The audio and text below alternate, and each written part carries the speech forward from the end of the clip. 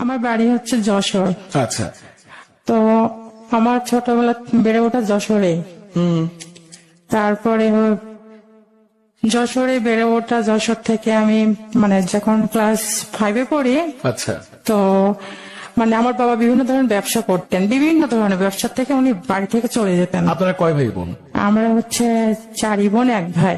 বাহ, আপনি বড়? আমি হচ্ছে 4 নাম্বার, ভাই হচ্ছে বড়। ওকে। তো বাবা চলে যাওয়ার পরে মানে আমাদের সংসারে খাবার দাবার কোনো খবর মানে খাবার রেখে যেত না।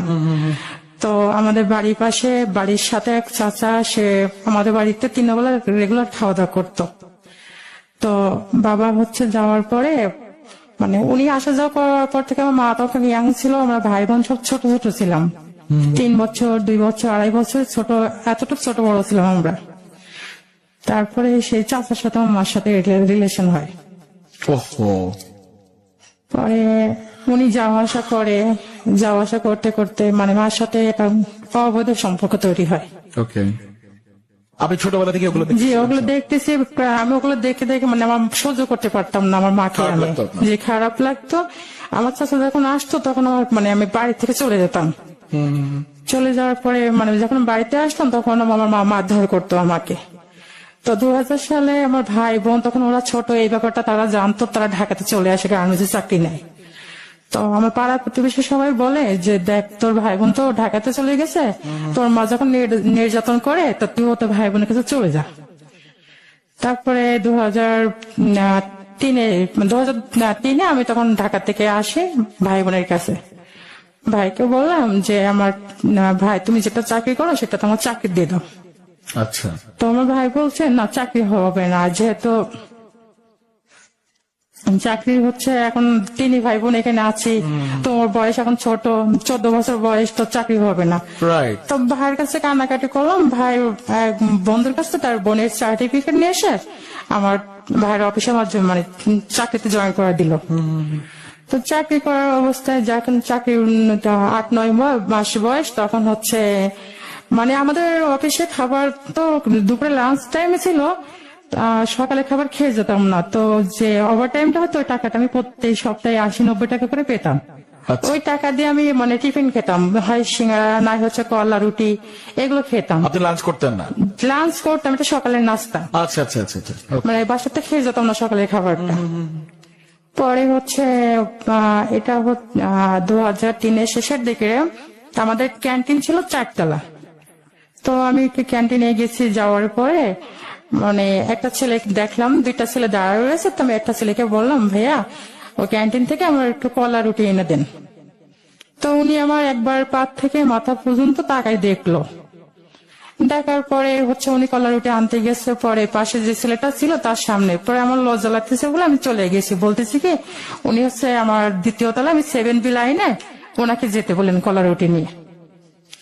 তো উনি সেই কলা রুটি নিয়ে যে আমাকে নাম জিজ্ঞাসা করলো, আমি বললাম আমার নাম সালমা। এবার ওই কলা মানে চলে যাওয়ার পরে মানে ও লাঞ্চ করতে গেছে, অন্যদিন দেখি না যে ওই 2জন দাঁড়ায় থাকে। এখন আমি যে আমার সকালে দেখছে, এবার আমার দেখার জন্য ওনারা লাঞ্চ না করে আমার জন্য অপেক্ষা করতেছে। তো আমি কি করছি, ওই লাঞ্চ করতে গেছি, দেখি ওই 2জন। পরে লাঞ্চ সেরে এসে আমি সিঁড়ি থেকে নামতেছি, আমার খুব লজ্জা লাগতেছে ওদের দেখে। ওরা আবার 4 তলার থেকে মানে সিঁড়ির মানে নিচের দিকে তাকাচ্ছে যে আমার দেখা যায় কিনা। এইভাবে করতে করতে 4 দিনের মাথায় সে আমাকে একটা চিঠি দিল। চিঠি দেওয়ার পরে আমি চিঠিটা দেখলাম, সে বলছে যে তোমাকে আমার ভালো লাগছে, আমি মানে তোমার সাথে তোমাকে ভালোবেসে ফেলাইছি। আচ্ছা, পরিচয়ের কত দিনের মাথায়? এটা হচ্ছে মানে 3-4 দিন পরেই। ওহো। তো আমারও ওকে দেখে ভালো লাগছে। ভালো লাগার পর আমি একসেপ্ট করলাম। একসেপ্ট করার পরে এভাবে ভালো চলতেছে। প্রায় যেতে যেতে প্রায় 1.5 মাস তোমার ভাই জানতে পারলো। আমার ভাই জানার পরে পরে ছেলের নাম জিজ্ঞাসা করলো, বাড়ি কোথায় জিজ্ঞাসা করলো। পরে আমি বললাম ছেলের বাড়ির নাম নাই বলি আমি। হ্যাঁ অবশ্যই, আমরা প্রয়োজনে তার সবকিছু আমরা নাই শুনলাম আজকে। জি। আচ্ছা, সবকিছু বিস্তারিত আপনি খুলে বললেন। জি। তো ভাই বললো যে ছেলের বাড়ি অনেক দূর, আমাদের বাড়ি তো অনেক দূর, তো এই বিয়েটা দেওয়া যাবে না। পরে হচ্ছে বাড়িওয়ালা খালু খালুকে বললাম, দেখো ওকে তো আমার ভালো লাগছে, ও আমাকে ছাড়া বাঁচবে না, আমি ওকে ছাড়া বাঁচবো না। পরে হচ্ছে বাড়িওয়ালা খালা বললো যে দেখ, তোকে যখন ভালোবাসছে, ছেলেটা দেখতে ভদ্র, মানে সব দেখে তো মনে হচ্ছে ছেলেটা ভালো আছে, দেখে শুনে বোঝা গেল।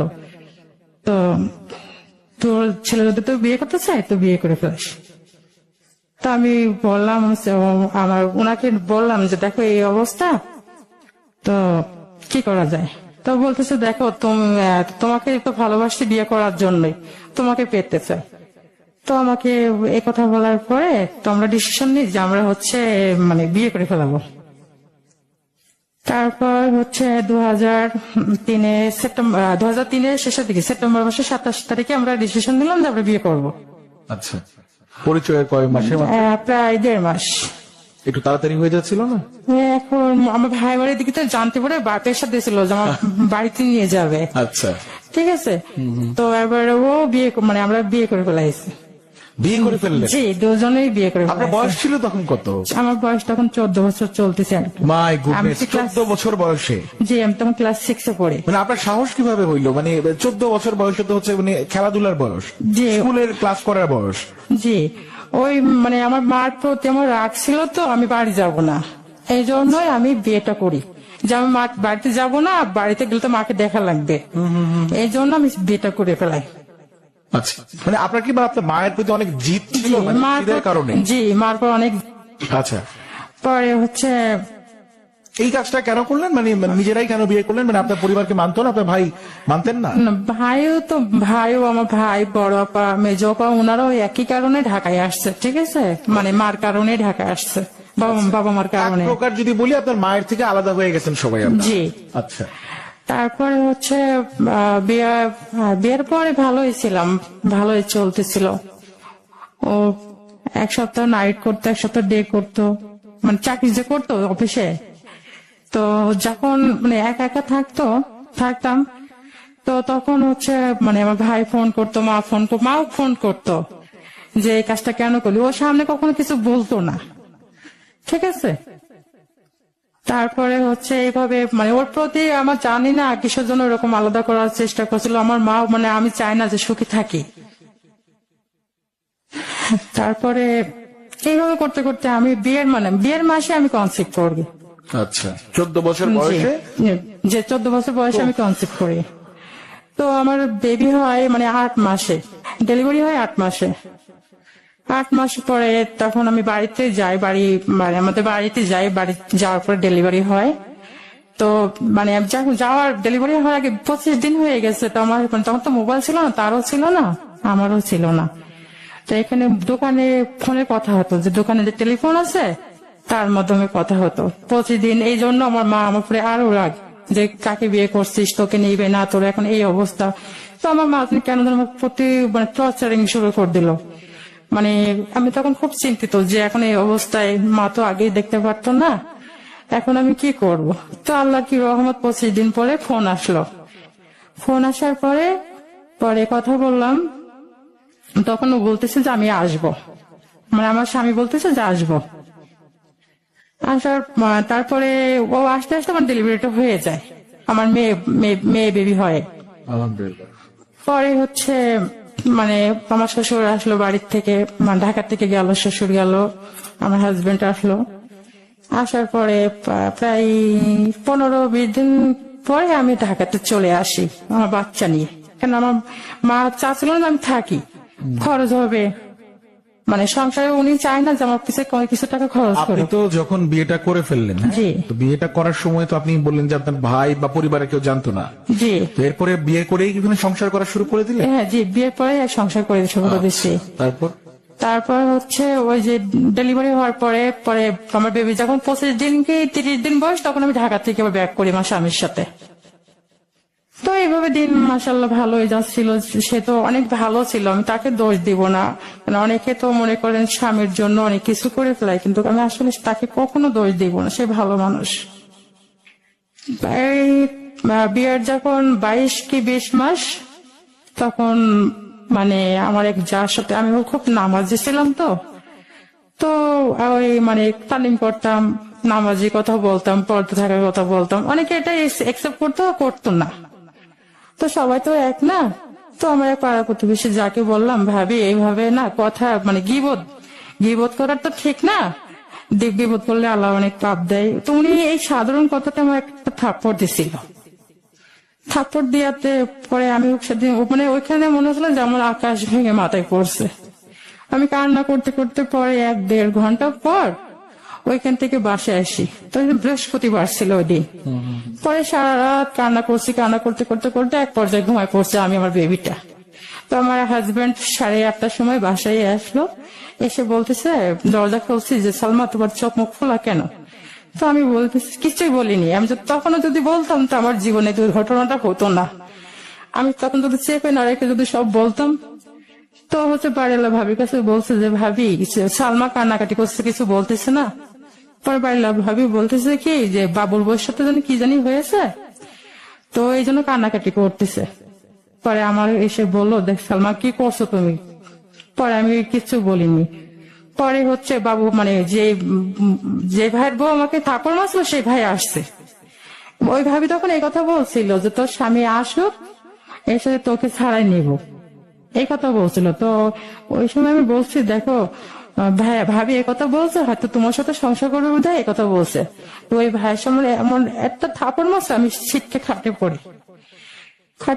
জি, খাটে পড়ে যাওয়ার পরে তো আমার কাছে কথা হচ্ছে আমি কোনো দিক তো দোষ করলাম না, ওই দিকে এরকম মার খাচ্ছি, আমার স্বামীর কাছেও মার খাচ্ছি। এইভাবে আমি রাত্রে খুব কান্নাকাটি করতেছি। পরে আলাদা বিছানা, ও খাটে শুয়ে রয়েছে, আমি নিচে বিছানা করছি। বিছানা করার পরে বাবুকে নিয়ে আমি ঘুমাইছি। তো অন্যদিন কোনো বিষয় নিয়ে আসলে কি মেয়ে মানে যদি ভালোবাসা পায় আর একটু ভালোবাসার চেষ্টা করে যে কিভাবে পাওয়া যায়। তো আমি তো সেইভাবে মানে করছি যে ও আমার অন্যদিন রাগ ভাঙায়, খাটে নেয়, আমার পাশে শোয়ায়। ওই দিন আর কিচ্ছু বলিনি। সকালবেলা কি কথায় মানে সামান্য একটা কথা আমার এমন মারা মারছে, আমি বুঝতে পারিনি ওর কি আগে কোনো কিছু ছিল। মানে আমি এই রূপটা কখনো দেখি নাই।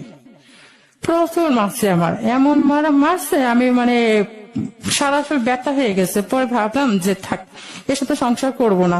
এ কখনো মারিনি, আজকে কিসের জন্য মারতেছে, সামান্য ওই কথাতে আমার মারতেছে। পরে আমি চলে যাব। পরে ভাবলাম বাড়ির থেকে আসছি, আমার তো যশোর থেকে আসছে মাত্র 14 দিন হয়েছে, মাও দেখতে পারে না, তো কার কাছে যাব? পরে এইভাবে আমি মেয়েকে আমার বাচ্চার বুকের দুধ খাওয়াচ্ছি। পরে মাথার মধ্যে কেন জানি আসলো যে থাক, আমি বাবা বাড়ি যাবো না, ওর সাথেও সংসার করবো না, আমি মানে কিছু একটা করে ফেলাবো। এই বলতে বলতে আমার ঘরে মানে কেরোসিন তেল ছিল। মাই গড। পরে হঠাৎ করে আমি ওই মানে মুখে যেটা ভাব মানে মনে মনে যেটা ভাবছে, মানে 1 সেকেন্ড লাগেনি ওটা করতে। আমি কি করছি, কেরোসিন তেল ঢেলে মাথায় ঢেলে মানে দাঁড়ায় রয়েছি। ও যখন আসবো ওর সামনে আমি ম্যাচ ঠোকাবো। তো আমি মানে ও দেখছি যে ও আসছে কিনা। পরে ও সকালবেলা ও মানে রাতে তো খাবার খায়নি, তো স্টোভ আছে না, স্টোভে রান্না করতাম আমি। তো সকালবেলা স্টোভে ভাত বসাই দিয়ে গেছে। পরে আমি যখন ম্যাচ ঠোকাচ্ছি আগুন ধরতেছে না, পরে ওই স্টোভে ভাত জ্বালা মানে ভাত চলে দিয়ে গেছিল। ও আমি শাড়ি আঁচলটা নিয়ে পিঠে মারছি, আর দাও করে চলে এসেছে। My goodness.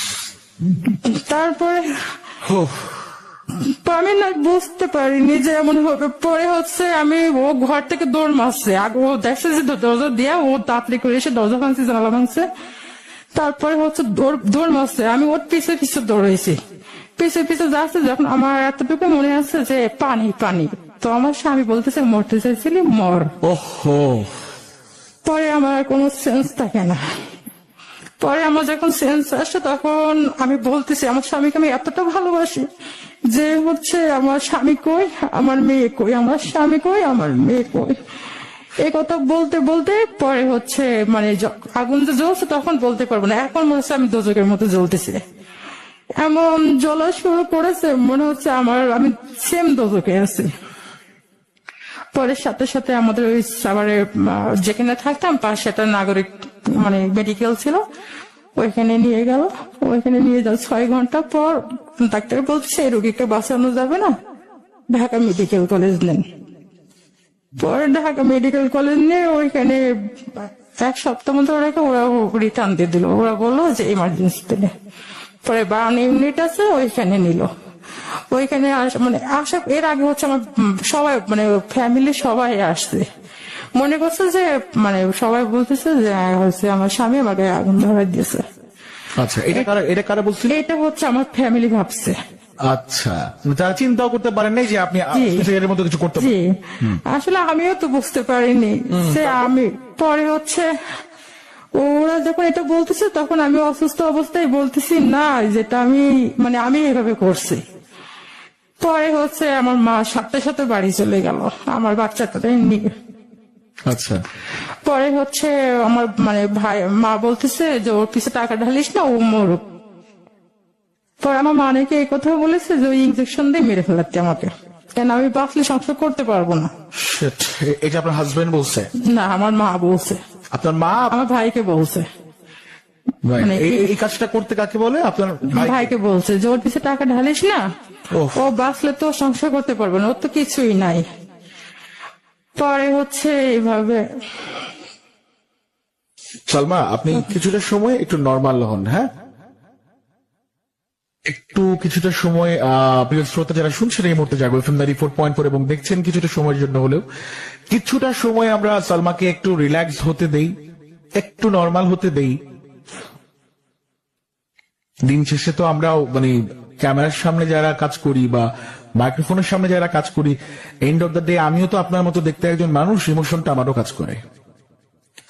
কারণ এরকম একটা বোন আমার বাসায়ও আছে, এরকম একটা বোন আপনার বাসায়ও আছে, এরকম একটা প্রতিবেশী কিন্তু আপনার বাসায়ও আছে। আপনি আমি ভাই জানি না যে পাশের ফ্ল্যাটে কি হয়, বেশি দূর যাওয়া লাগবে না, পাশের ফ্ল্যাটে না নিজের ফ্ল্যাটে কি হয় আমরা জানি না অনেক সময়।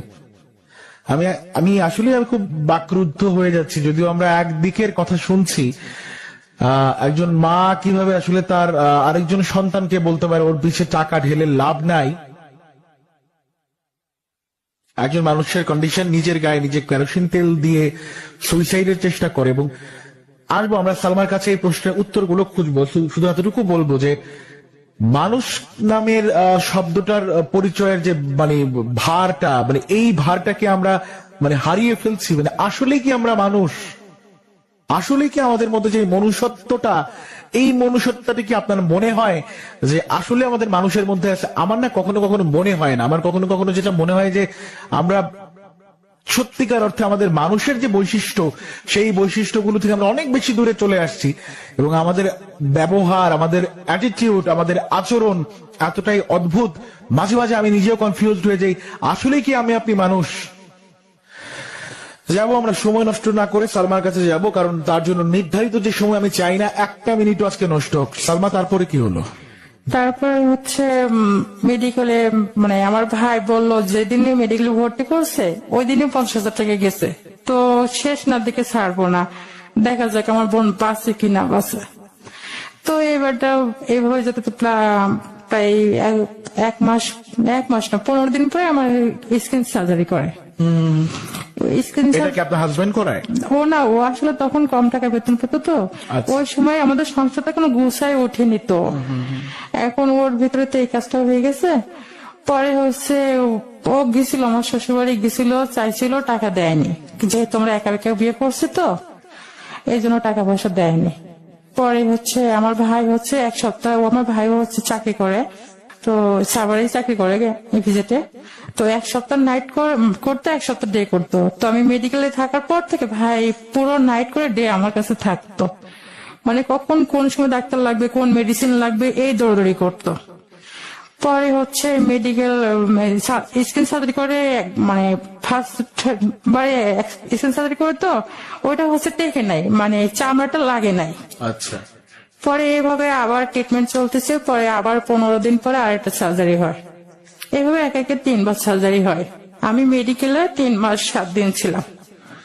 তো আমি মেডিকেলের দিনগুলোর কথা একটু শুনতে চাই সালমা আপনার কাছে। মানে আপনি জীবনে এর আগে হয়তো বা কখনোই হাসপাতালে থাকেন নাই? না, আমি কখনো থাকিনি। আপনার যখন বাচ্চা হয় তখন হচ্ছে প্রথমবার ডেলিভারি নর্মালি হয়, নর্মালি হয়, তখন হয়তো বা আপনি গেছিলেন, বাট ওই হাসপাতাল জীবনের ওই গল্পটা আমরা একটু শুনি। আচ্ছা আমি বলি, যখন মনে করেন আমার ড্রেসিং করে, মানে যখন ব্যান্ডেজ করে পুড়ে যাওয়ার পরে ড্রেসিং করে, তো আমি মানে ধর্মের কথা বলি, যে হচ্ছে বলে যে যখন আজরাল যখন আসে, তো একটা বকির চামড়া, জীবন্ত বকির চামড়া তুললে যেমন কষ্ট হয়, মৃত্যুর যন্ত্রণা ঠিক তেমনি কষ্ট হয়। তো আমার ঠিক আমি ওটাই অনুভব করেছি। যখন আমার ড্রেসিং করতো তখন মনে হতো যে আমার মানে মৃত্যু আজরাল চলে আসছে, চামড়া টেনে উঠিয়ে নিয়ে ফেলাচ্ছে এভাবে। ও তারপর এইভাবে এই প্রত্যেকটা দিন একদিন পর পর ড্রেসিং করতো, একদিন পর পর ড্রেসিং করতো। তো আমার ছোট বোন তখন ক্লাস 6 পড়তো। তো আমার ছোট বোনটা আমার কাছে থাকতো। আমার মা তো চলেই গেছে, আর আসেনি। সেই যে 3 দিন 4 দিন পর চলে গেছে মেডিকেল থেকে, আর আসেনি। মানে আপনি যতদিন হাসপাতালে জি। ভর্তি ছিলেন একটা দিনও তো মা ছিল না? ছিল 2-3 দিন ছিল, 2-3 দিন পর জানতে পারছে যে এটা আমি নিজে করছি। তো ওহ। পরে মা আর আসেনি। আমি 3 মাস 7 দিন ছিলাম। পরে যখন হায় রে মানবতা। তো আমি যখন সার্জারি করতো তখন তো অনেকে বাঁচতো না। তো অনেক আমার চোখের সামনে কত মেয়ে কত ছেলে মারা গেছে, মানে বিশেষ করে মেয়েদের ওয়ার্ড ছিল, তো মেয়েরা মারা গেছে আমি দেখতাম। তো আমি ভাবতাম যখন আমি মানে ওটিতে যাব, অপারেশন থিয়েটারে যখন যাব, আমি হয়তো আর বাঁচবো না। তো আমার মেয়েটার দেখার জন্য ছটফট করতাম। আমার মেয়েটার বয়স তখন মাত্র 11 মাস বয়স ছিল। তো আমি ভাইকে বলতাম যে ভাই আমার মেয়েটাকে আমার কাছে এনে দে, আমি একবার দেখি, যদি আমি না বাঁচি আমার মেয়েটা তো আমি আর দেখতে পারবো না। তো তো আমার ভাই শুধু সান্ত্বনা দিত যে তোর মানে তোমার মেয়ে যদি এখন তোমার কাছে আসে, তোমার দেখলে ভয় পাবে, তো বাড়িতেই ভালো আছে। তো এইভাবে করতে করতে 3টা সার্জারি হয়, 3টা সার্জারির সময় আমি একই কথা বলছি। তো আমার ভাই মানে আমার মাও আসে না, আমি বাচ্চাকেও দেখতে পাই না। পরে হচ্ছে আমার ছোট বোনটা ক্লাস 6 পড়তো। আমার ছোট বোনটা তখন পড়াশোনা বন্ধ হয়ে যায়, মানে ও পড়াশোনা পরীক্ষার সামনে পরীক্ষা দিতে পারে না। পরে হচ্ছে ছোট বোনটা আমার ভাবিও আসে, ভাবি থাকতে চায় না মেডিকেলে, ভাবিও খুব খারাপ ব্যবহার করে। পরে হচ্ছে মানে এতটা খারাপ ব্যবহার করে, তখন আমার ছোট বোনটা বেশি দুজনে মিলেই থাকছে। আমার ভাই তখন বলছে যে হচ্ছে আমার যদি মানে বউ মরে গেলে বউ পাবো, বোন মরে গেলে বোন পাবো না। তো যাই হোক, ভাবির 3 মাসে যখন ঢাকা মানে 3 মাস 7 দিন পরে রিলিজ দেয় আমার, তখন পুরোপুরি আমি সুস্থ হইনি। পরে হচ্ছে ভাইয়ের বাসায় সাভারে নেয় আমার, যখন ঢাকা থেকে মানে মেডিকেল থেকে যখন রিলিজ দেয়, সাভারে নেওয়ার পর পরে হচ্ছে আবার 15-20 দিন পরে আবার চেক আপ করা লাগে। পরে তো আমার স্বামী, আমি একটু মেডিকেলের কথা ভুলে গেছি, আমি যখন মেডিকেলে ছিলাম তো ওর মানে রেগুলার 9 দিন, একটানা 9 দিন ছিল। মানে আমি যে পায়খানা প্রসব করতাম ওই পরিষ্কার করতাম। আপনার হাজবেন্ড করতেন? জি, ওই কোলে করে নিয়ে যে মানে মেডিকেলে কমোটে বসাইতো। তো আমি তো আশা ছাড়তাম না যে আমার স্বামী আমাকে ছাড়বে না, ও আমাকে মানে বলবে না, ও আমাকে নিয়ে মানে আমার পাশেই থাকবে ও। তো আমি যখন আগে মেডিকেলে রাত 2টা-3টা যখন আমি ঘুমাই থাকতাম, আমার বেডের পাশে ও নাকি দাঁড়াইয়ে থাকতো, ও নাকি এক ভাব আমার মুখে নাকি তাকাই থাকতো। পরে পাশের বেডের যে মানে রুগীর সাথে যারা তো আত্মীয় স্বজন থাকতো, সেই আন্টি আমার সাথে বলছে যে তুমি যখন ঘুমাই থাকো তোমার স্বামী এসে নির্বাক তোমার দিকে তাকাই থাকে। তো একদিন আমার স্বামী আমাকে বলছে, দেখো সালমা, তুমি 3টা জীবন নষ্ট করছো, তো এই কাজটা তুমি ঠিক করো নাই, তো যা করছো, আমি তোমার কখনো ফেলাবো না।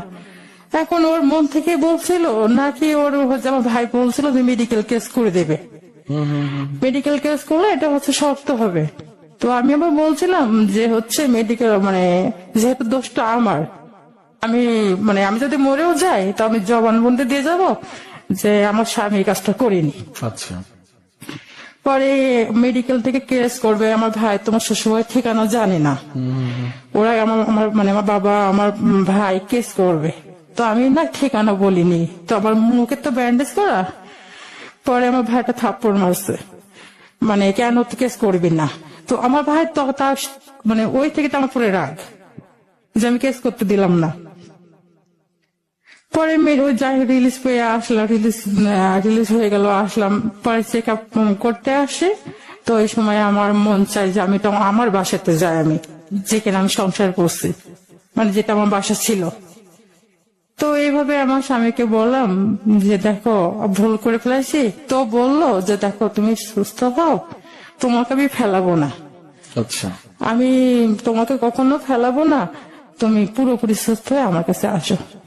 তো যখন আমি এবার মানে মেডিকেল চেক আপ করতে আসি, এবার যখন আমার স্বামীর কাছে আমি যাই, তখন ও আমাকে মানে আমি যখন ওর হাত ধরে বললাম দেখো আমি ভুল করছি, তুমি মাফ করে দাও, তখন ও একেবারে ডাইরেক্টলি আমার বললো যে স্বামীর আশা বাদ দাও। তখন আমার জন্য মনে হলো যে আকাশ ভেঙে আমার মাথায় পড়ছে, যে এতদিন আশ্বাস দিছিল যে আমি তোমার কখনো ফেলাবো না, আর যখন পুরোপুরি সুস্থ হয়ে গেলাম তখন বললো যে স্বামীর আশা বাদ দাও। আপনার হাজবেন্ড এই কথাটা বললো? জি। ওকে, তারপর? পরে আমি সেখানে তো জোর করতে পারি না। পরে আমার বাবার সাথে তো আমি আসছিলাম। পরে বাড়িতে যাওয়ার পরে মোটামুটি সুস্থ হয়েছে আমি। কি হলো তারপর? তারপরে আমার স্বামী তো বললো যে স্বামী সব বাদ দাও। এই কথা বলার পরে আমি তো আবার সেই ওইখান থেকে মানে কান্নাকাটি করছি, ওর এক পর্যায়ে পাও ধরছি আমি, দেখো এই কাজটা মানে তুমি এভাবে করলে, তুমি তো জানো যে আমার মা আমার সাথে কেমন ব্যবহার করে। তো বললো যখন এই কাজটা করছো তখন কি মনে ছিল না? তো এইভাবে সে আমার আর কোনো পাত্তাই দিল না। পরে আমি বাড়ি চলে আসলাম যশোর বাবার সাথে। আসার পরে আমার তখন আমাদের ওই বছরে কুরবানি দেয় আমাদের। তো আমি একটা ছোট বাচ্চা যেমন একটা একটা করে কাজ শেখে, আমি ওভাবে চেষ্টা করছি একটা একটা কাজ করার জন্য। তো রসুন পেঁয়াজ আমি ছুলতে পারতেছি না, তার চেষ্টা করতেছি চুলি, এবার একটা একটা করে ছিলতেছি। আমার মা তো গরু বলে পাড়ায় পাড়ায় যে ফ্যান নিয়ে আসে ভাতের মার। তো আমি সেই সময় ঘর ঝাড়ু দিচ্ছি, উঠান ঝাড়ু দিচ্ছি, মার মন জয় করতেছি যাতে মা আমার কিছু না বলে। এত কিছুর পরও মার মন জয় করছেন? জি, যেহেতু আমার থাকা লাগবে মার কাছে। তো এখন মা তো সহ্য করতেই পারতেছে না। মা আমাদের আমার মা যে 75,000 টাকা দিছিল মেডিকেল থাকা অবস্থায়, মেডিকেলের বিল, তো আমাদের জমি বন্ধক দিয়ে রাখছিল। তো ওই প্রচুর যে জমিতে বন্ধক দিছিল ওই জমিতে প্রচুর ধান হয়েছে। তো আমার বড় আপা আমি আমার ছোট্ট আমার যে বেবিটা বড় আপার কোলে আমরা গিয়েছি দেখতে, বাড়ির পাশে। তো আমার মা বলতেছে যে এই ধান হয়েছে যেমন যে কলিজা চলে যাচ্ছে, ওইটা তো বন্ধক দিয়ে দিয়েছে। তোর মেয়ে আর তো যদি একটা কবরে একসাথে পুঁতেও রাখতাম তা আমার এত কষ্ট হতো না, ওই ধান দেখে যেমন কষ্ট হচ্ছে। তো এইভাবে বহুত এমনকি আমার মা আদর করতো, সামনে ভাত দিত, ভাত আমি খাতে বসেছি কিছু না বলে প্লেট কেড়ে নিত আমার কাছ থেকে, এইভাবে মারতো। তো এইভাবে পাড়া প্রতিবেশী দেখতেছে যে সালমা দেখ তোর স্বামী মারছে বলে তুই এই কাজটা করেছিস, এখন তোর মা যে অত্যাচার শুরু করেছে তুই হয়তো বাচ্চা নিচে মাথাতে মরবি, তাছাড়া তুই আবার ঢাকায় চলে যা, দেখ চাকরি বাকরি পাস কিনা। তো ওই পাড়া প্রতিবেশীর ওরাই আমার টাকা দিল ঢাকায় আসার জন্য। আমার মার অত্যাচার দেখে তারা সহ্য করতে পারতেছে না যে মা কেমন করে পারে এই কাজ করতে। পরে আমি আবার ঢাকাতে চলে আসি ভাইয়ের কাছে। ভাই বলল যে দেখ তুই যদি চাকরি করিস তো আমার মান সম্মান থাকবে না। কেন এই কথা কেন বললেন? ভাই এখন একটু ভালো পদে চাকরি করে, আর আমি অসুন্দর হয়ে গেছি, সবাই আমাকে দেখবে। পরে বিশেষ করে আমার মা তো দেখতে পারতো না আমি অসুন্দর হওয়া যাতে হয়ে গেছি, এই জন্য আমার আর কেউ আর দামই দিচ্ছে না। আমার তার আমি তার বোন, আমি যে আমার মার মেয়ে সন্তান, এই আমাকে পরিচয় দিতে তাদের লজ্জাবোধ হচ্ছে। পরে আমি এক পর্যায়ে ভাই তো চাকরি দেবে না, পরে আমি ভাইয়ের পাশে বাসা নিলাম। বাসা নেওয়ার পরে আমি চাকরির খোঁজ করতেছি, দেখি আমার চাকরি হয় কিনা, আমি একা একাই কিছু করতে পারি কিনা। পরে ভাইয়ের যে ভাইয়ের বন্ধু ওনারও তো চাকরি করে বিভিন্ন অফিসে গার্মেন্টসে। তো ওদের কাছে আসলাম যে ভাই আমার একটা চাকরি দেন। তো যার কাছে গেছি তারা তো আমার দেখছে আমি সুন্দর ছিলাম, ভালো ছিলাম, বোনের মতন ভালোবাসছে, তারা আমার কাছে খারাপ অফার দিতে লাগলো। হায় রে পৃথিবী। তারপর? তারপরে যার কাছে যায় সেই একই অফার দেয় আমার। পরে আমি না পেরে হচ্ছে নিজে নিজে চাকরি খোঁজে গেছি, যাই যদি আল্লাহ রহম করে। তো চাকরি খোঁজে যে পরে হচ্ছে আমার মানে আমার যে এখন যার সাথে বিয়ে হয়েছে তার সাথে দেখা হয়। পরে উনি হচ্ছে মানে উনি আপনার প্রথম হাজবেন্ডের গল্পটা তো শেষ করে ফেললেন না, আপনি পুরোটা বললেন না তো, কি হলো তারপরে? ওই যে আমার স্বামী তো পরে আমার মা বাপ তো কেস করতে চাইছিল, আচ্ছা, কেস করে নাই। ওকে আমি কেস করতে দিই। প্রথম গল্পটা ভালো মতো শেষ করতে হবে, নাহলে কিন্তু মানুষজন বুঝবে না এখানে। হ্যাঁ, আচ্ছা ঠিক আছে। পরে হচ্ছে ওই মানে আমার আমার স্বামী তো আমাকে নেবে না। পরে হচ্ছে ও একবার বাড়িতে চলে যায়, আমার নেবে না বিধায় বাড়িতে চলে যায়। বাড়িতে চলে যাওয়ার পরে আমি শ্বশুর বাড়ি যাই। শ্বশুর বাড়ি যাওয়ার পরে মানে আমার ভাসুর আমাকে বলে, আমার ভাসুরের সাথে দেখা আমি বাড়ি যাব। বাড়ি যাওয়ার পর আমার স্বামী বাড়ি থেকে পলায়ে যায়। মানে আমি আগে গেছি যে আমার স্বামী মানে ও বাড়ি থেকে চলে যায়, জানতে পারে যে আমি বাড়িতে গিয়েছি। বাড়ি যাওয়ার পরে আমি হচ্ছে আমার শ্বশুর শাশুড়ি মানে আমার বাড়িতে তোলে না, যে তুমি যখন এই কাজ করছো আমার ছেলে তোমার নেবে না, তুমি যা খুশি তাই করো, কেস করবা কি করবা তোমার ব্যাপার। তো এইভাবে প্রায় 1 বছর চলে যায়। ও আমার স্বামীর দিকে মেয়ে দেখতেছে বিয়ে করার জন্য, বিয়ে করবেন যে জি আমার স্বামী মানে মেয়ে দেখতেছে বিয়ে করার জন্য। আপনার সাথে ডিভোর্স হয়নি তখন? না তখন হয়নি। তো ওর মানে সবাই কথা বলতেছে, ছেলে যদি ভালো হয় তো ছেলে মানে বউ এই কাজ করলো কেন, এই জন্য মেয়ে পায় না। আমি পরবর্তীতে শুনতে পারি যে ছেলের মানে এই ধরনের কথা বলতেছে, ছেলে যদি এতই ভালো হতো তাহলে ছেলের বউ এই দুর্ঘটনা ঘটালো কেন। পরে হচ্ছে আমি জানার পরে আমি তখন ভাবলাম যে আমার স্বামী তো দোষ নেই, আমি হচ্ছে তার মুক্তি দিয়ে দিই, সে যাতে বিয়ে করে সুখে থাকতে পারে। পরে আমি ওকে ডিভোর্স দিয়ে দিই যে ও হচ্ছে মুক্তি হয়ে যাক। 14 বছর বয়সে প্রথম মা হওয়া, 14 বছর বয়সে প্রথম প্রেম, 14 বছর বয়সের সে সংসার, নিজেরা বিয়ে করা, নিজের হাতে আপনি ডিভোর্সে সাইন করে দেন। জি সাইনটা কেন করলেন? ও ভালো থাকবে, ও সুখে থাকবে তার জন্য। যে ভুলটা যেহেতু আমি করে ফেলাইছি তার কোনো ভুল নাই, কেননা আমি তার চাইনি যে সে হচ্ছে অসুখী থাকুক, আমি এখনো চাই না সে অসুখী থাকুক। আপনাকে কি কোনো ধরনের জোর করা হয়েছিল সাইনটা দেওয়ার সময়, নাকি নিজ ইচ্ছে আপনি দিয়ে দিলেন? না মানে ওইখানে আমি গেছিলাম এক চেয়ারম্যানের মাধ্যমে গেছিলাম। মানে ওইখানে চেয়ারম্যানের মাধ্যমে যাওয়ার পরে তো ওখান থেকে বললো যে হচ্ছে মেয়ে তো একা আসছে, মেয়ের হচ্ছে গার্জিয়ান লাগবে।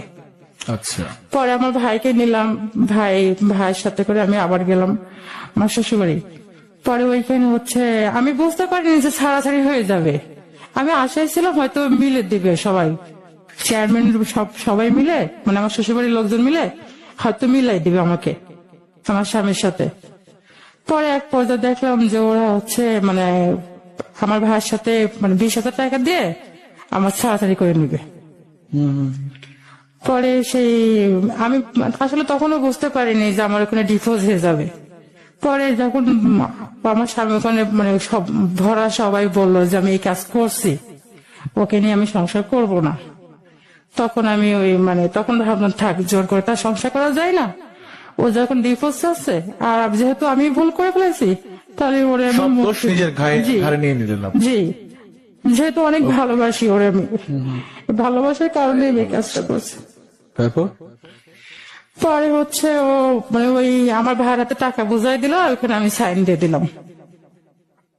পরে ওইখান থেকে চলে আসলো বাড়িতে আসার পরে ওই টাকার মধ্যে মানে আমার মার কাছে টাকাটা দেয়, মার কাছে টাকা গরু পালার জন্য। আমাদের কিন্তু আগে গরু ছিল না, আর এত আমার মা যখন মোটামুটি এখন উন্নতি করছে এতটা উন্নতি করতেও পারিনি। ওই যে 20,000 টাকা দিয়েছে ওই টাকা ফার্স্টে গরু কিনে, ওই টাকা থেকে আমার মা উন্নতি আস্তে আস্তে ধাপে ধাপে উন্নতি করতে পারলো। মেয়ের ডিভোর্সের যেই টাকাটা, ডিভোর্সে হবার পর মীমাংসা যে টাকা, ওইটা দিয়ে হচ্ছে তারা ভাগ্য পরিবর্তন হয়েছে। জি কিন্তু আমার ওইখানে এখন আমার মা অনেক কিছু করছে, কিন্তু আমার সে শুরু থেকে তো দেখতে পারে না, আজও পর্যন্ত দেখতে পারে না।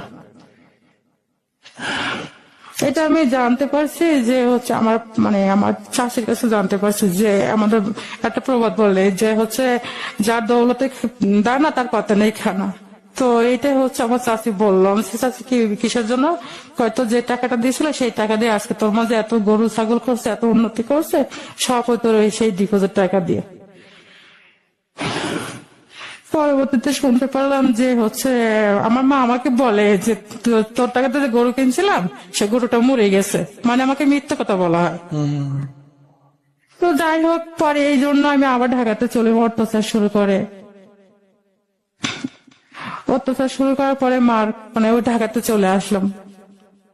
আসার পরে তো ভাই তো চাকরি দিল না, ভাইও অ্যালাউ করতেছে না, ভাইও আর দেখতে পারে না, বোনও দেখতে পারে, কেউ দেখতে পারে না।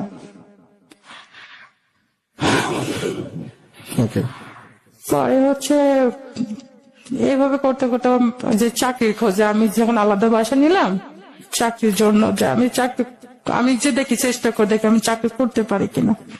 পরে এইভাবে যেটা আমি চাকরি খোঁজে গেছি, ওই আমার হাজবেন্ডও চাকরি করতো, ওর সাথে দেখা হয় যে এমন দেখেন, আমি ওর সাথে বিস্তারিত বলছি যে ভাই আমার এরকম এরকম সমস্যা আছে, আপনি তো চাকরি করেন, তাহলে এটা আমার রিকোয়েস্টের মাধ্যমে আমার চাকরি যদি দিতে পারেন, আমি হচ্ছে আগে চাকরি করছি, কাজ জানি।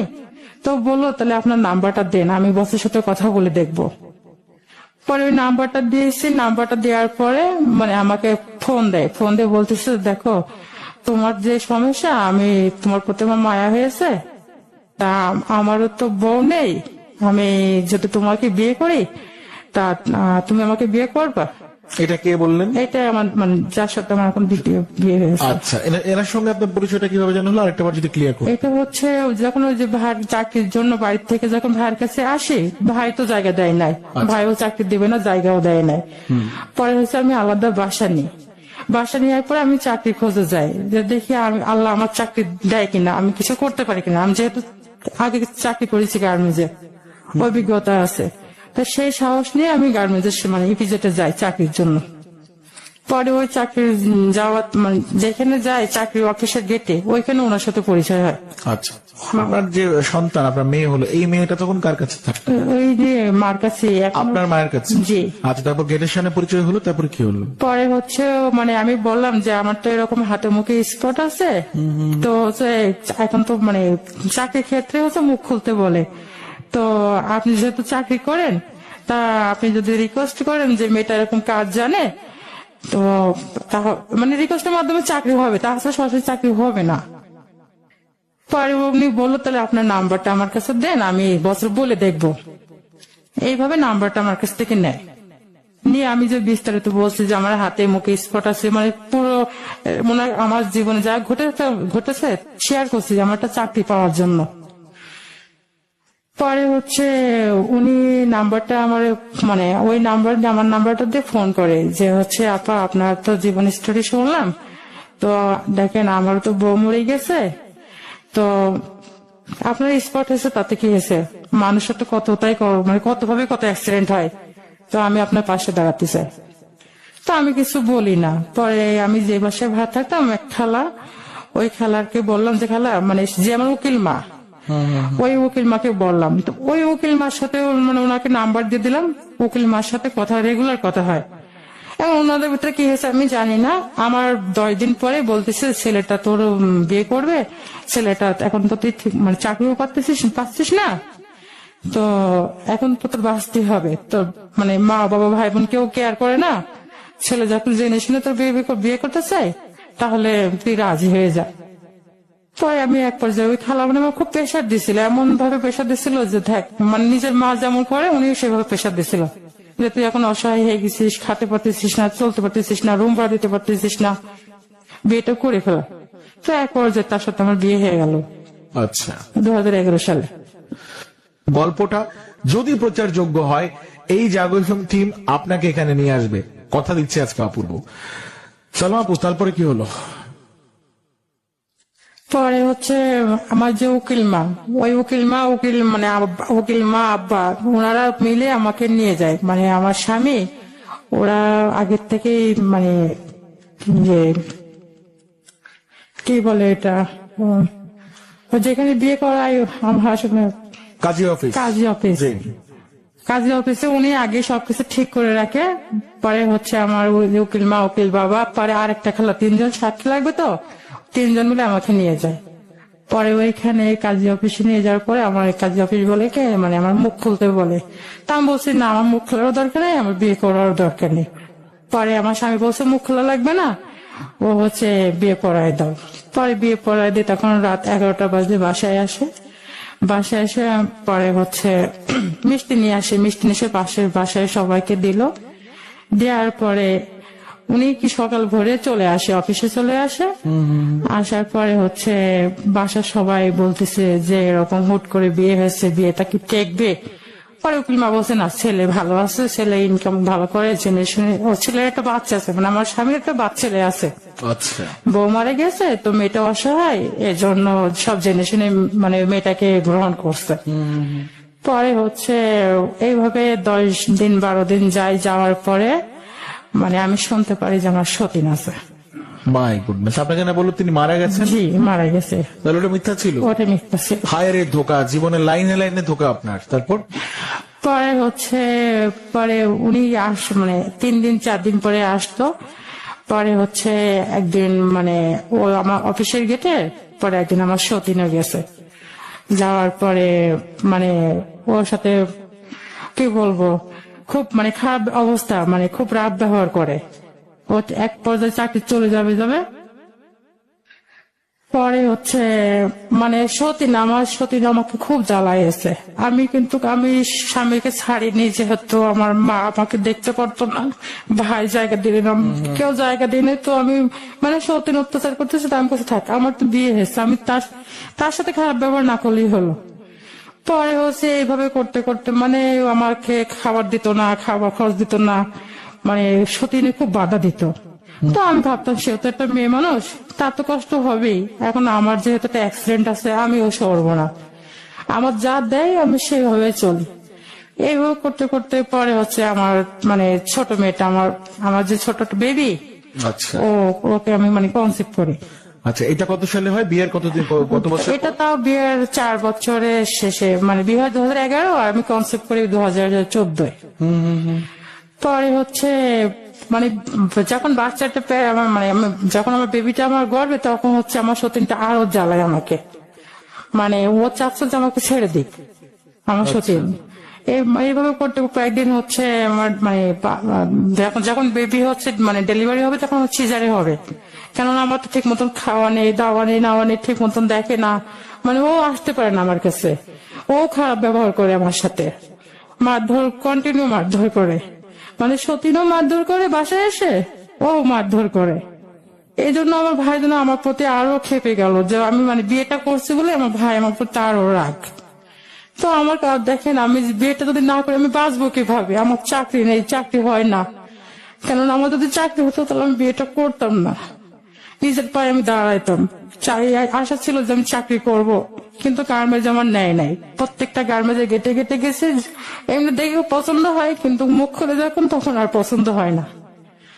অন্য মানে কিছু কিছু অফিসে গেছি, মানে আমাদেরকে মানে প্রোডাকশন বেশি দিয়েছে, মানে অন্য অন্য মেয়েদের সাধারণ বলে যে প্রোডাকশন কম, মানে আমারটা আরো বেশি চাইছে যাতে আমি না টিকতে পারি। এইভাবে আমার চাকরি হয় নাই।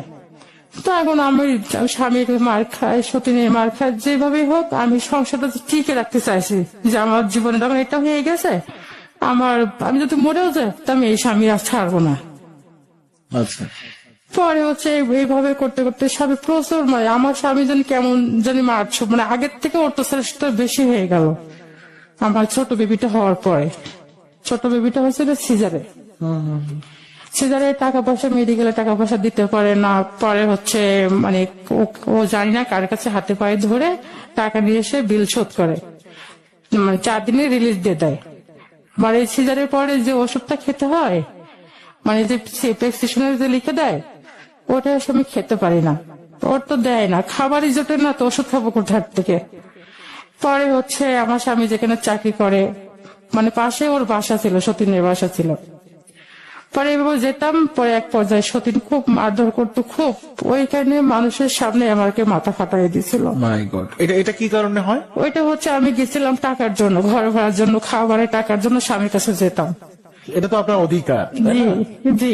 আপনার স্বামীকে আপনি আপনার প্রশ্ন করেন নাই যে মানে উনি আপনার সঙ্গে এত বড় চিটটা কেন করলো? এমনি আপনি আমি একটা ভুল করে, আমি তো জি। বলি, আপনি একটা ভুল করে আপনি এটা নিজের ক্ষতি আপনি করছেন, হ্যাঁ। জি। তো উনি প্রথমবার বললো যে তার আগের স্ত্রী মারা গেছেন, জি তো দ্বিতীয়বার আপনার সঙ্গে এই মানে প্রতারণাটা তাহলে কেন? উনি তো আলটিমেটলি আপনার সঙ্গে প্রতারণা করছেন। জি করছে। এখন এটা কেন করছিল আপনি জিজ্ঞেস হ্যাঁ আমি করছেন? জিজ্ঞাসা করছি, দেখো কি আমি উত্তর তো দিলেন? আমি তো অসহায়, আমাকে আমার মানে এভাবে করা কি তোমার ঠিক হয়েছে? এভাবে মানে ছলনা করে। তো বলছে দেখো তোমার আমার ভালো লাগছে, আমি যদি এটা মানে মিথ্যা কথা না বলতাম তাহলে তো তুমি বিয়ে করতাম না। ও আমাকে বোরকা পরা অবস্থা নাকি ওর ভালো লাগছে। আমার তো মুখ দেখছিল না, কিন্তু আমার উকিল মার কাছ থেকে A to Z সবকিছু শোনে, মানে আমি যেটা পুড়ে গেছে মুখে সব স্পট, আমি কিন্তু বলিনি। আপনার কত মানে কিছু মনে না করলে ব্যক্তিগত একটা প্রশ্ন করি, আপনার মানে কতটুকু স্পট? আমরা তো কারণ আপনাকে দেখতে পাচ্ছি না। আমার হচ্ছে মানে মানে বাংলায় বলি যে 80% পুড়ে গেছে আমার শরীরে।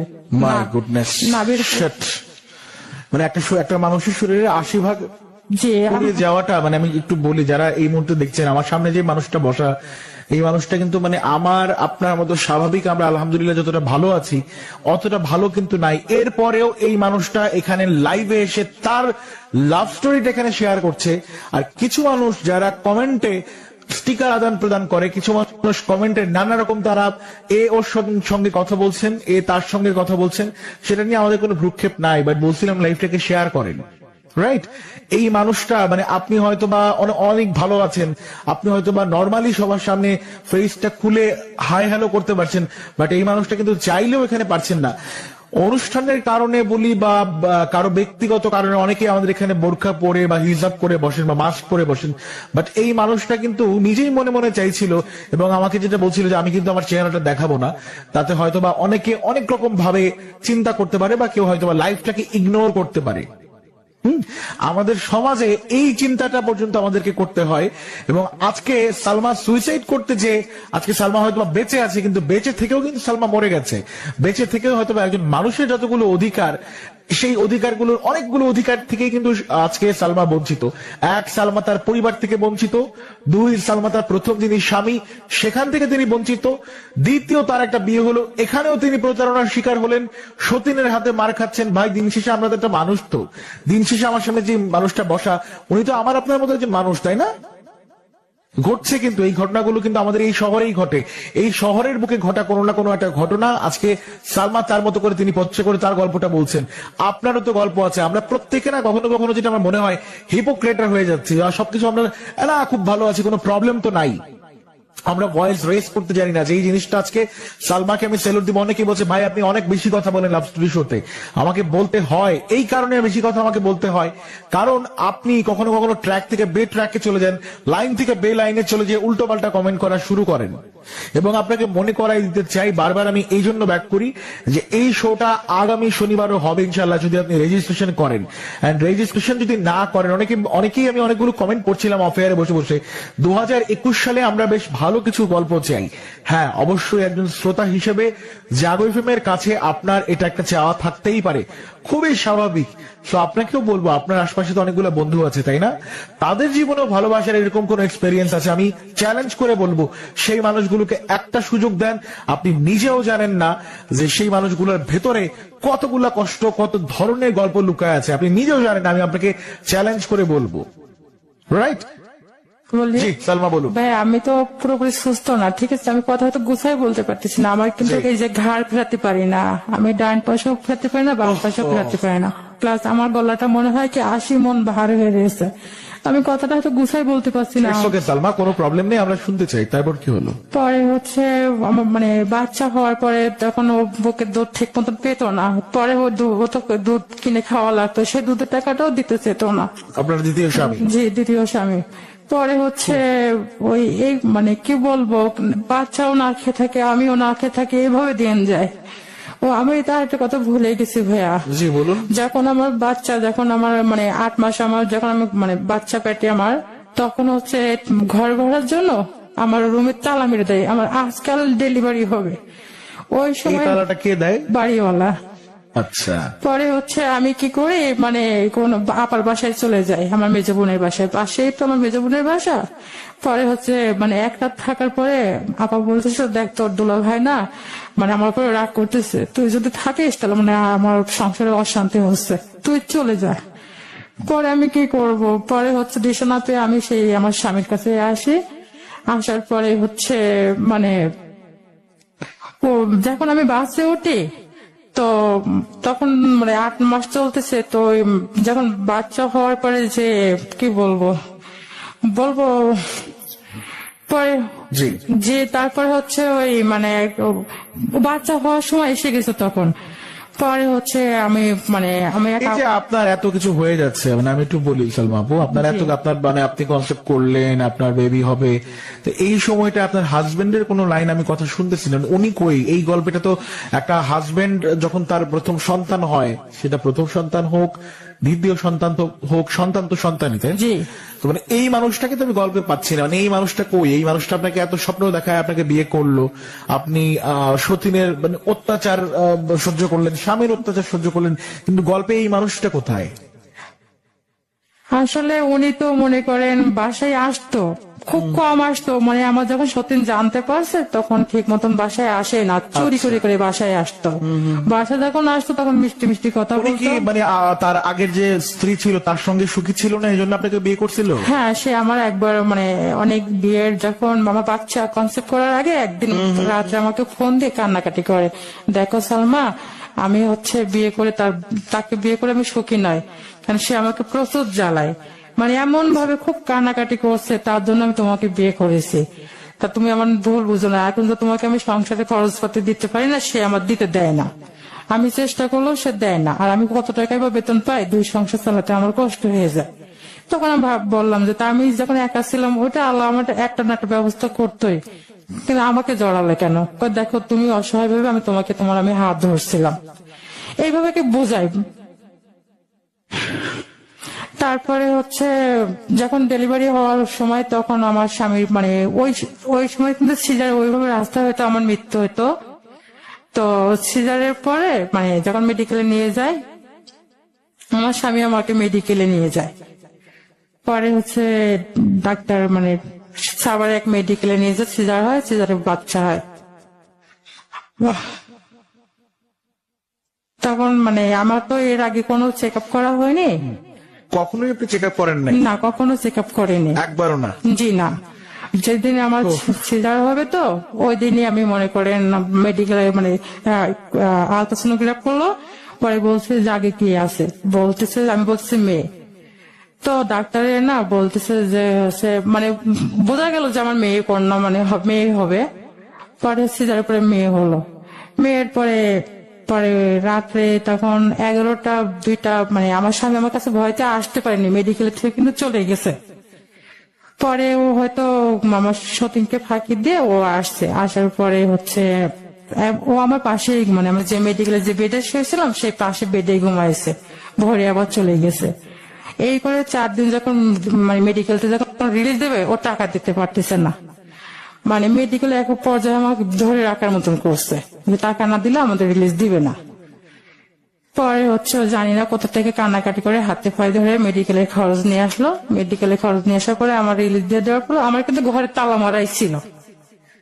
পরে আমার বোনের ননদের বাসায় উঠি আমি, ওঠার পরে হচ্ছে ওর বাসায় কয়েকদিন থাকার পরে ও টাকা ম্যানেজ করে মানে অর্ধেক টাকা 3 মাসের রুম ভাড়া বাঁচলো, সেখানে অর্ধেক টাকা তো পরিশোধ করে পরে আমরা সে রুমে উঠলাম। এইভাবে সে মানে ও যায় ফোনে কথা বলে কিন্তু বাসায় আসে না। মানে আমার সত্যি যখন জানতে পারলো যে আমার বাচ্চা সিজারে হয়েছে, এ টাকা পেলো কোথা থেকে দিল, এইভাবে খুব মানে পাগলের মতন হয়ে গেছে যে আমার পিছে কেন টাকা দিল। মানে এক পর্যায়ে সে বাসা খোঁজ করতে করতে আমার বাসায় চলে আসে। চলে আসার পরে ওই বাচ্চা মানে তখন হচ্ছে মানে কি বলবো আমি 4 দিনে আসার পরে মানে 5 দিনের দিনে আমার সত্যি না আবার আমার মারছে। মানে কথায় কথা উনি যেখানে পেতো সেখানে মারতো, কাউকে ভয় পেতো না, উনি এমন একটা মানে আপনার হাজবেন্ড কিছু বলতেন না? ও আসলে কি ও আমার স্বামীকেও মারতো, আমার সতীন স্বামীর গায়েও হাত তুলতো, ওই জন্য আমার স্বামী মানে সতীনের সামনে আসতে চেত না। পরে এক পর্যায়ে এভাবে মানে চলতেছে চলার পরে হচ্ছে যখন মানে ওই জি। পরে হচ্ছে এই সতীন এরকম অত্যাচার শুরু করতে করতে যখন সত্যি আমার বাচ্চার বেবি যখন 4 মাস বয়স, তো আমি আমার মানে স্বামীর বাসা যেখানে সেখানে আমি গেছি যে এত কষ্ট করা যায় না, খেতে পারতেছি না, বাচ্চার দুধের মানে খাবার জোটাতে পারতেছি না। তা আমার সাথে যদি মেরেও ফেলাই, আমি যাই হোক মেরে ফেলালে ওর বাসার সামনে আপনার মেরে ফেলবো। সন্তান হওয়ার পরে আপনার হাজবেন্ড কি আপনাদের বাসায় আসা বা কমায় দিছিল? ও মানে সতীন যখনই জানতে পারছে বিয়ের পরই তখন থেকে আসা যাওয়া কম কম। আপনার হাজবেন্ডের আগের পরিবারে কয়জন সন্তান ছিল? একটা ছেলে। একজন ছিল। জি। ওকে, তারপর? পরে হচ্ছে মানে আসা যাওয়া কম কম করতো, ও ঠিক মতো খাবারই দিত না। আমরা মনে হয় 2-3 দিন পরে একদিন খাবার পেতাম, এইভাবে না খেয়ে আমার দিন যায়। আমার এখনো পর্যন্ত আমি এই কষ্ট করতেছি। আচ্ছা, তারপরে কি হলো আমরা শুনবো শেষ পর্যন্ত। সালমা, গুছিয়ে নিতে হবে, সময় আর প্রায় আমরা 10 মিনিটের মতো পাবো। আপনার কতটুকু সময় লাগতে পারে আর বাকিটা শেষ করতে? হ্যাঁ, 10 মিনিট 10 মিনিট শেষ করতে। ঠিক আছে, আমরা আপনাকে 15 মিনিট সময় আমরা দিচ্ছি, আচ্ছা, বাকি অংশটুকু আমরা শেষ করি গল্পের। পরে যখন এই যে এইভাবে হচ্ছে যাওয়া আসা করতে হবে, ঠিক মতো খাবার দেয় না, ঠিক মতো পড়তে দেয় না। পরে এইভাবে মানে আমার না কেউ পরে আমি বাড়িতে যাই আমার মার কাছে, হাতে পায়ে ধরি যে মা তুমি একটা কিছু ব্যবস্থা করো। আমার মা কয় কি যে আমার একটা যে মেয়ে আছে আমি মনেই করি না, তুই আমার কাছে মৃত। পরে ভাই মানে কেউ অ্যালাউ করে না। আর একটা কথা বলতে ভুলে গেছি ভাই, আমি তো মনে করি অসুস্থ মানুষ, ঠিক মতো কথা গুছাই বলতে পারতেছি না। ওই যে আমার যে ডেলিভারি হওয়ার আগে যখন আমার রুমে তালা মেরে দেয়, তো আমার ভাইয়ের বন্ধু ভাবি মানে সেই বন্ধুর ওয়াইফ আমাকে বলে যে সে তোর ভাইকে দাওয়াত করবো, দেখি তোর ভাই একটু বোঝে কিনা। পরে ওরা কি করে ভাইয়ের দাওয়াত করে ভালো মন্দ খায়, বলতেছে তোর বোনটাতে এরকম কষ্ট করতেছে, বাড়িওয়ালা খুব প্রেশার দিয়েছে, রুমে তালা মেরে দিয়েছে, তো তোর ভাইকে তোর বোনকে তুমি মেনে নে, ও বাড়িতে যাক, ডেলিভারি হোক, মরে বা বাসুক দেশের বাড়িতে যে মানে দেশের বাড়িতে জায়গা দে। পরে আমার ভাই কি করে ওখান থেকে কিছুই বলে না, মাকে ফোন করে যে তোমার মেয়ে বাড়ি আসার জন্য সন্ত্রাসী ধরছে। আচ্ছা। পরে এইভাবে মানে ভাইয়ের সামনে তো যেতেই পারি না, ভাই যখন এই কথা বলে তার সামনে তো যাওয়া যায় না। পরে এইভাবে মানে ভাই যেহেতু আমার ভাইয়ের বাসাও কাছে, বোনের বাসাও কাছে, আমি না খেয়ে থাকি দিনকে দিন, আমার বোনের কোনো খবর নেই না আমি কি খাচ্ছি কি দেখি কি করতেছি। বোন দুলাভাই দোহাই দেয়, ভাই তো মানে অ্যালাউ করে না। ওই যে অতগুলো টাকা যে ঢালছে আমি কল্পনা করিনি যে আমার পিছিয়ে এত টাকা আমার ভাই ঢালবে। প্রায় তিনি কত টাকা খরচ করেন? 3,75,000 টাকা। ওকে। কিন্তু ওই যে চিকিৎসা করে যে আনছে, রিলিজ করার পর থেকে আমার যে মনে করে এই পর্যন্ত কোনো খোঁজ খবরও নেয় না। ওকে, তারপর? পরে হচ্ছে এইভাবে দিনকাল যাচ্ছে। তারপরে হচ্ছে আমার মেয়েটা আস্তে আস্তে বড় হয়, কিন্তু আমার মেয়েটা খুব এখন ওর ওয়েট এখন মানে না খাওয়া না দেওয়ার কারণে আমার মেয়ের বয়স হচ্ছে 5 বছর 2 মাস, কিন্তু ওর ওয়েট হচ্ছে 15 কেজি। মাই গড। মানে ঠিক মতন খাবার পায় না। তারপর কি হলো? এইভাবে দিন যাচ্ছে। পরে এক সতীনের কাছে মানে আমি খালি মারই খাচ্ছি, যখনই যাই তখনই মার খাই। এইভাবে পেটের যন্ত্রণা তো সহ্য করা যায় না। পর স্বামীর কাছে যাই, পরে হচ্ছে একবার আমার স্বামী আর মানে আমার সতীনী মিলে প্রচুর মারধর করে। এক পর্যায়ে আমার স্বামী আমার ঘুষি মারে, আমার দাঁত পড়ে যায় একটা।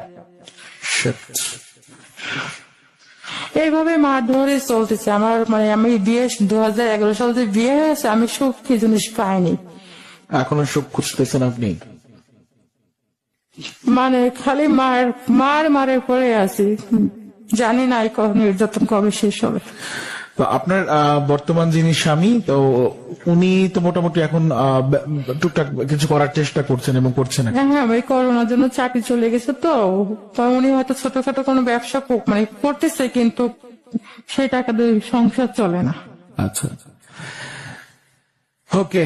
প্রতিটা গল্পর পিছে না কিছু ভুল থাকে, কিছু মানুষের কিছু ভুল থাকে, এবং যদি একদম শেষ মুহূর্তে আপনাকে কিছু বলতে দেই আমরা, সেটা হচ্ছে যে আপনি এখন আসলে মানে যদি বলি আপনার যে বয়স এখন কত এক্সাক্ট? প্রায় 32 বছর। 32 বছর। 32 বছর বয়সে একটা মানুষ যিনি হয়তো বা আজকে স্বাবলম্বী হতে পারতেন নিজে কিছু করে বা কোথাও চাকরি করে, বাট এখন তিনি আসলে চাকরি কোন বিভিন্ন কারণেই পাচ্ছেন না, রাইট?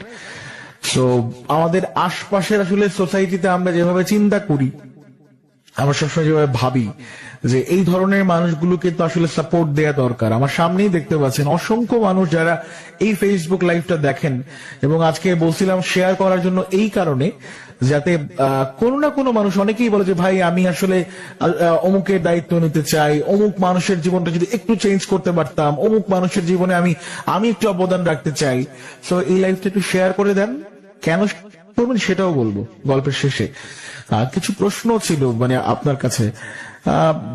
আপনার কি মনে হয় না যে আপনি প্রথমবার যে কাজটা করলেন সালমান, আলটিমেটলি মানে এতটুকুই তো আপনার লাভ স্টোরি ছিল, এই তো? জি জি, আমি প্রতিনিয়ত এখন আপনি আপনার যে দ্বিতীয় ঘর, এখানে আপনার মানে হাজবেন্ড এবং আপনার সতীনের কাছে নির্যাতিত হচ্ছেন প্রতিনিয়ত প্রতি মুহূর্তে, জি। এবং অভাব অনটনে আলটিমেটলি এখন আপনার সংসার চলতেছে। আপনার মা আপনাকে কোনোভাবে এখন রিসিভ করছে না। আপনার বাবা কোথায়? মানে আপনার এই বাবা নিয়ে হচ্ছে আমরা একটু শুনলাম না, উনি এখন কোথায় আছেন? মানে ওই যে চাচার সাথে সম্পর্ক ছিল, পরে হচ্ছে আমার সে শাশুড়ির সাথে আমার মা বিয়ে করছে। না সেটা তো বুঝতে পারলাম, কিন্তু আপনার বাবা যিনি, আমার বাবা হচ্ছে মানে পাশেই থাকে, কিন্তু আমার বাবা হচ্ছে মানে অসুস্থ এখন। আপনাদের সঙ্গে কোনো ধরনের যোগাযোগ রাখেন না? না মানে কথা মানে উনি কানে শুনতে পারেন, আর ওনার সাথে যোগাযোগ হয় না, মানে বয়স হয়ে গেছে তো। আর আমার বাবা মার বয়স অনেক পার্থক্য ছিল। আমার মার বয়স খুব কম ছিল, বাবার বয়স অনেক বেশি ছিল। এখন বাবা অনেক অসুস্থ।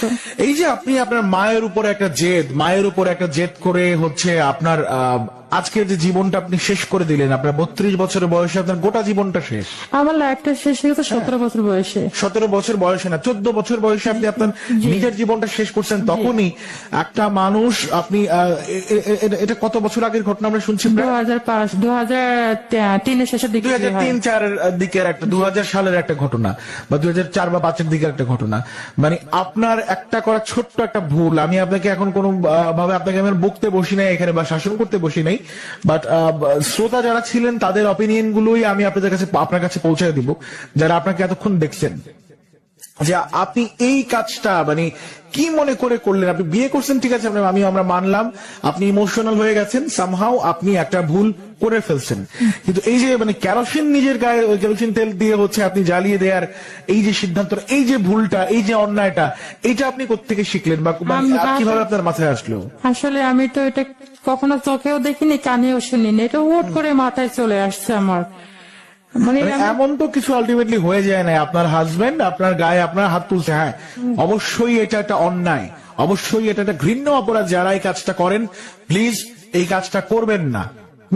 আমাদের আশপাশে প্রতিনিয়ত কিছু মানুষ করে। আমি অপূর্ব তো আসলে ঘরে ঘরে যে কলিং বেল টিপে বলতে পারবো না যে প্লিজ আপনার ওয়াইফকে আপনি নির্যাতন করবেন না।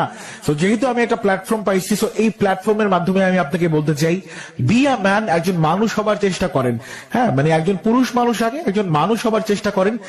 নিজের স্ত্রীর সঙ্গে আসলে এই ধরনের ব্যবহারগুলা কতটা ভয়ঙ্কর দিকে যাইতে পারে, মানে আপনাকে তিনি হয়তোবা ভুলবশত বা রাগ করেই মারলেন, তো এই পাগলামিটা আপনি কেন করলেন? আসলে আমি তো মানে 20 থেকে 22 মাস সংসার করেছি, ও কখনো আমার তুমি থেকে তুই ভাষা বলেনি, আর ওদিন যে মারছে আমি এটা নিতে পারি না। আপনি কেন কাজটা করছেন আপনি কি জানেন? আপনি নিজেও এখন পর্যন্ত জানেন না, কারণ আপনার যে বয়স ছিল ওই বয়সে প্রথমত সংসার করার কোনো প্রশ্নই আসে না, নাম্বার 1।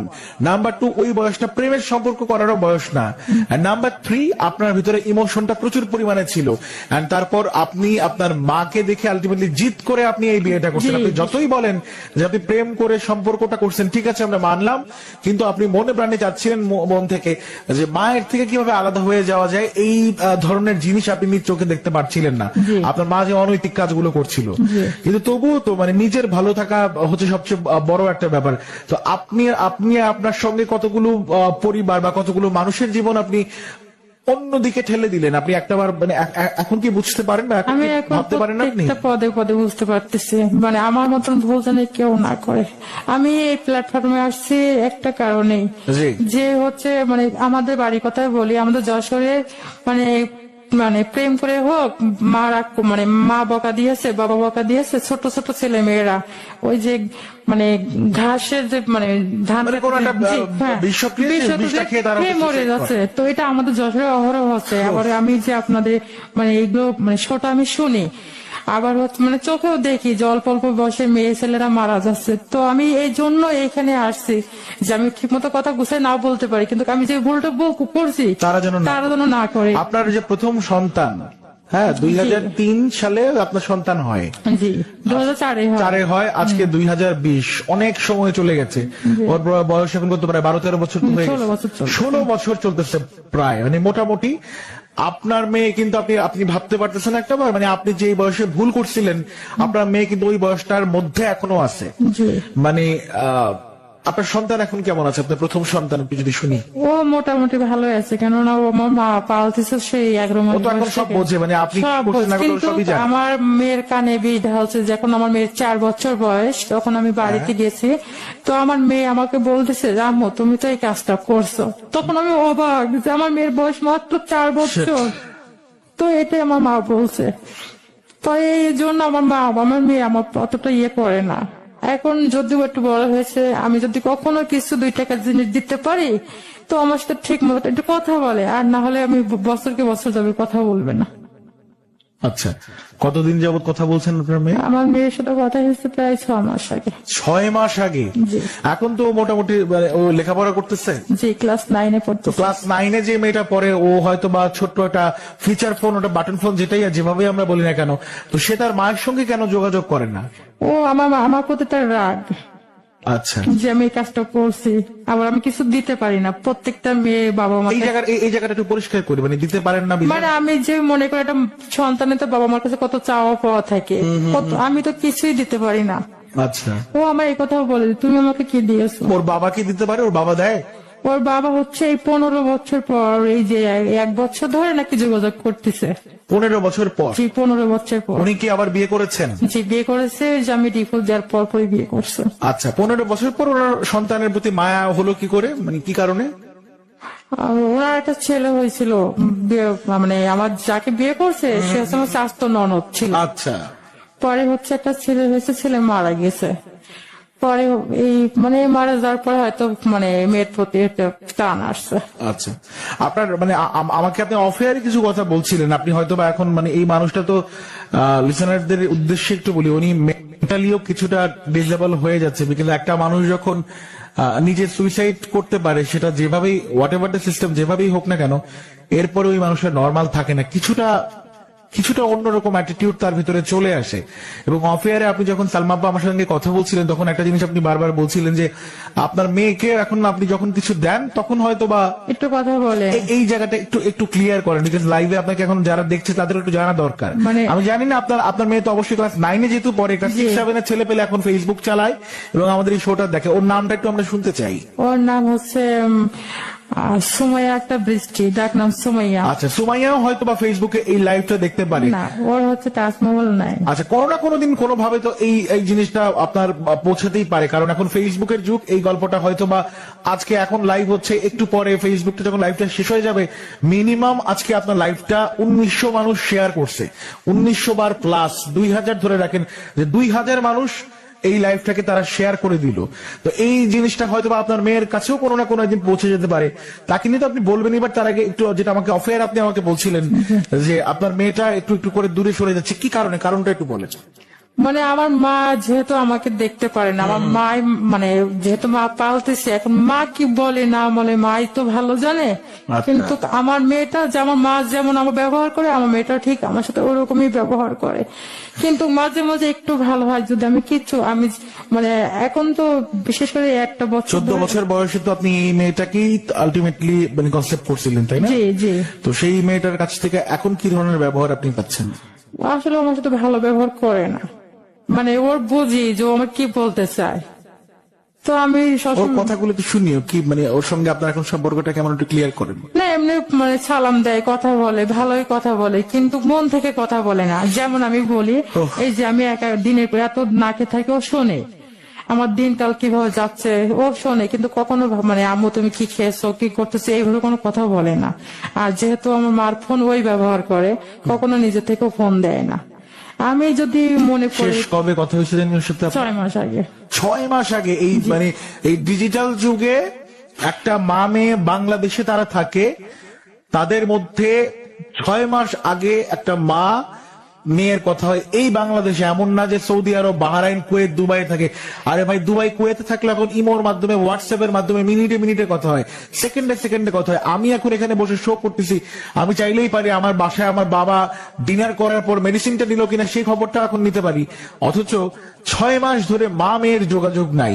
এখানে অবশ্যই যদি আমি বলি সেটা হচ্ছে, যেহেতু ও এখনো নানির কাছে বড় হচ্ছে, নানি বা হচ্ছে তার মামা পরিবারের যে মানুষজন গুলো আছেন তারা যেভাবে ওকে বোঝাচ্ছে, ওর আমি কোনোভাবেই দোষ দেব না, ও সেভাবে বড় হচ্ছে। রাইট সালমা? জি জি, ওইভাবেই বড় হচ্ছে। রাইট। তো আমার মেয়ে মানে কথায় আমাদের এমনই হয়, 6 মাস না 1 বছর পরেও কথা হয়। মানে আমি যখন মন থেকে আমার মন চাই যে আমি মেয়ের সাথে একটু কথা বলি, তখন যদি কথা বলি, আগে তো কথা বলতো না, ফোন নিতই না, ফোন নিত না। যদি মা বলতো তো আমু ফোন করছে, কথা বলতো না। ও এখন জন্মের কতদিন পরে মানে আপনার কাছ থেকে আলাদা হয়ে যায়? 11 মাস পর। 11 মাস পর।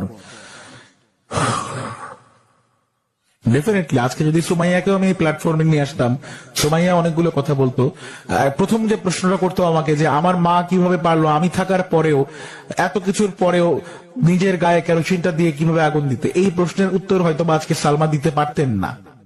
আজকে সালমা হয়তো বা তার মেয়ের সামনে তার মাথাটা ছোট হয়ে যেত বা নিচে তাকিয়ে থাকতে হতো। তবুও শুধু এতটুকুই বলবো, আজকে সুমাইয়া যদি আমাদের এই প্রোগ্রামটা কখনো কোনোদিন শুনে থাকে, শুধু এতটুকু রিকোয়েস্ট করব, যাই হোক না কেন, দিন শেষে সুমাইয়া উনি তোমার মা, এবং মা মেয়ের যে সম্পর্কটা, এই সম্পর্কটা আসলে যতই কেউ তোমাকে একটা গল্প শোনাক, যতই যাই কিছু করুক না কেন, মা মেয়ের সম্পর্কে না কখনো দূরত্ব বা মা সন্তানের সন্তান এবং মায়ের সম্পর্কে দূরত্ব হওয়ার কোনো প্রশ্নই আসে না। আপনাকে যে যেভাবেই বুঝাক না কেন, আপনি আস্তে আস্তে ম্যাচিওর হচ্ছেন, আপনার বয়স এখন 16, 2 দিন পরে আপনার বয়স 18 হবে, মোটামুটি আপনি নিজেও সাবালিকা হয়ে যাবেন। আপনার মা আজকে আপনার বয়স যখন 16, তখনও না 14 বছর বয়সে কিন্তু এই মানুষটার কাছ থেকে আপনি আসছেন। আপনার বয়সটা যখন আজকে 16, 14 বছর বয়সে আপনার মা আপনাকে এই পৃথিবীতে নিয়ে আসছিল। আজকে হয়তো আপনি খুব ভালো আছেন আপনার নানা কিংবা নানির কাছে বা সেই পরিবারটার কাছে, বাট এই মানুষটাকে কিন্তু অস্বীকার করা যাবে না। সালমাপু, মানে এই মুহূর্তে যদি মানে আপনার মেয়ে কখনো এই লাইফটা দেখে থাকে, ওকে কিছু আপনার বলার আছে, কিছু বলতে চান ওকে আপনি? অবশ্যই। আপনার মেয়ে ধরেন আপনাকে দেখছে এই মুহূর্তে, আমি বলুন আপনি কি বলতে চান ওকে? আমি বলবো যে, যেহেতু আমি একটু সালমাপু একটু জোরে কথা বলবেন যে please। আমি ভুল করে ফেলেছি, তো আমার মেয়েটার এই ভুলের মাসুলটা আমার মেয়েও দিচ্ছে, মেয়েকে কোনো দোষ দিব না। কিন্তু একটা কথাই বলবো যে সে যত আমার মন খুলে মা বলে ডাকে, আমার আর কিচ্ছু লাগবে না, খালি একবার মা মন থেকে কথা মা বলবে, আমি এটাই চাই। কেননা আমি দোয়া করি আমার মেয়ে অনেক বড় হোক, ভালো থাকুক। আর হচ্ছে মা তো মা চাবে, মা বললে তার শান্তি, আমার এটাই শান্তি, যেহেতু আমি ওকে কিছু দিতে পারি না আর ও আমার কাছে কিছু পাইও না, কিন্তু আমি চাই ও ভালো থাকুক, আর ও আমার একবার শুধু মন খুলে মা বলে ডাকুক। এক্স্যাক্টলি। এবং সালমাপু, মানে শেষ মুহূর্তে আরো বেশ কিছু প্রশ্ন, সেটা হচ্ছে আপনার বর্তমান যে সন্তান, ওর বয়স কত? 5 বছর 2 মাস। 5 বছর 2 মাস। আচ্ছা, বোকার মতো প্রশ্ন করা হবে যে ও কেমন আছে, এই প্রশ্নের উত্তরটা আসলে জানতে চাওয়াটা খুব বেশি মনে হয় না বুদ্ধিমানের কাজ হবে। এখন আসলে আপনার জীবন নিয়ে পরিকল্পনাটা কি? জীবনে যা ঘটে গেছে সেটা তো আপনি কখনো হয়তো বা জীবনটাকে চেঞ্জ করতে পারবেন না, তাই না? পারবো না। আপনি যে ভুলগুলো করছেন, আপনার চেহারা হয়তো আপনি কখনোই ফিরে পাবেন না। না, যদি ফিরে পাবো না। আমি পেতেও পারেন, আপনি আপনার বিরাট একটা অঙ্কের অর্থ আপনাকে খরচ করতে হবে, ভাই, যেটা আমি আপনি বা আপনার ফ্যামিলি হয়তো বা এফোর্ড করতে পারবেন না। জি বলুন সালমা আপু। আমার মানে যখন তো আমার লাইফটা শেষে 17 বছর দুর্ঘটনা হয়, তো যখন আমি পুরোপুরি সুস্থ হই, তখন আমার এইটা মানে খালি মনে মনে ভাবতাম যে আমার একটা কিডনি বেঁচে হলো আমি আগের মতন হয়ে যাব। এটা এখন যেহেতু এখন ঠিক মতন খাবার পাই না, ঠিক মতো পড়তে পারি না, এই জন্য এটা এখন মাথায় আসে না। এখন মনে হয় যে জীবনের সামনে ভবিষ্যৎটা কি হবে এটাই চিন্তা করি। এখন ওই ভালো সুন্দর হবো আগের মতন, এটা মাথায় আসে না, কিন্তু এটা আর 5 বছর আগে মাথায় আসছে। কোন সাপোর্টটা যদি আপনি এখন পান সেটা একটু নিজে ঘুরে দাঁড়াইতে পারবেন? আমি তো আমার মানে কাউ মা বাবা ভাই বোন কারোর কাছে সাপোর্ট পাই না, তো আমি একটা মানে মাশরুমের প্রশিক্ষণ নিয়েছিলাম। আচ্ছা, কতদিন আগে? এটা হচ্ছে 1 বছর আগে। মানে মাশরুম করতে পারলে আমার সংসারটা আমি মানে গুছাই নিতে পারতাম। ওইটার থেকে আমি ঘর ঘরা খাবার মানে এটা শিখছিলেন কোথায় আপনি? এটা সাভারে। সাভারে? জি, ওইটাই, ওই অফিসটা সাভারে, ওইখানে প্রশিক্ষণ দেয়। সে মানে যে মানে যে বড় ছোট যত মানে যে লেভেলে আসুক ওখানে প্রশিক্ষণ নেয়। তো আমি মানে এটা নিয়েছিলাম 1 বছর আগে যে আমি নিজে এটা করব, কিন্তু টাকা পয়সার অভাবে আমি এটা করতে পারি নাই। কত টাকা লাগবে প্রায়? এটা 30-40 হাজার টাকা হলে এটা আমি করতে পারতাম, মানে আমার মেয়েটা নিয়ে আমি ভালোভাবে বাঁচতে পারতাম। মেয়েটাও মাদ্রাসা, আমি চাচ্ছি যে মেয়েটা মাদ্রাসায় ভর্তি করব। ওকে।